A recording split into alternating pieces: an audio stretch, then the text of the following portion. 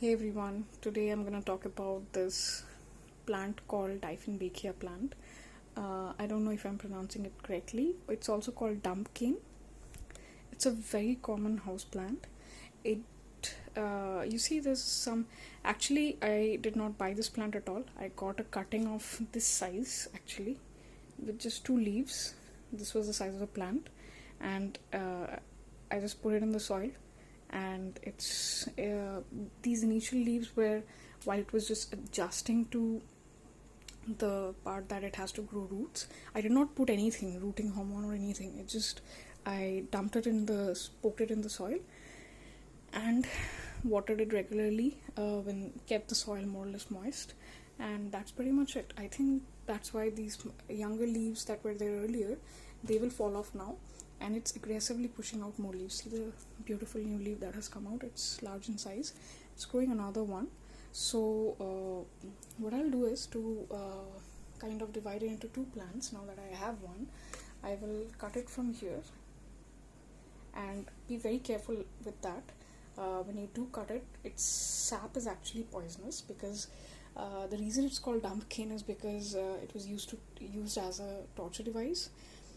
It's not something that you want to be done with. So I'll just show you. So this is where I will cut it, because you see the roots are becoming weak right now. So I'll just cut it from here, this point, and it will start growing new branches here, and this will become another plant. So I'll totally have two plants. That's the idea. So you see some of the leaves have turned yellow and a little bit burned up, because it was on the sunnier balcony that I have, and the moment I shifted it to the other balcony that doesn't get any kind of direct sun, it did fairly well, especially during this extreme heat time. In winters you can keep them in the sun, in your sunnier balcony. I usually keep them in the east facing balcony during winters, and apart from that, I guess water, I do water it every day in this hot and humid summers. In winters I do it every 2 to 3 days in this weather. And we talked about water, we talked about propagating, we talked about light conditions. It loves light, but you can also keep it in a well lit room. I wouldn't recommend you to keep it in a what do you call it, darker room. I wanted to keep some plants in my drawing room, but I have finally accepted the fact that you can't have plants survive in such a weird condition, which is a dark place. So they don't survive dark corners. Maybe you can, but plants don't, and they need light. And low light plants, it's kind of like a misnomer, because low light plants is essentially enough light that you can read a book. So if you can read a book, that is low light plants. The low light plants can survive that place. They need a little bit of light, at least, if not indirect sunlight, but indirect artificial light, something. They need some sort of light.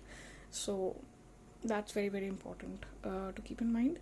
So you see these are not doing good, so I which is why I'm seeing that now that the health has improved a bit, and the rainy season is coming up on the horizon, when the temperature drops a little bit, I'll go ahead with the propagation and multiply this plant into two, very carefully, by wearing gloves and making sure that I don't touch my eyes or touch my mouth with that sappy fingers. I guess that's pretty much it. I hope you like this video, short and sweet. These come in varieties, a lot of varieties actually.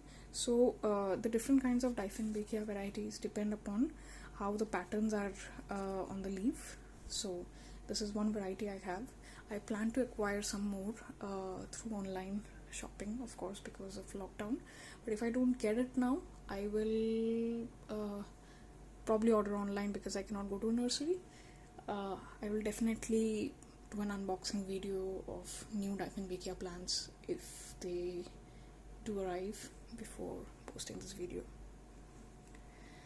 Thanks for watching.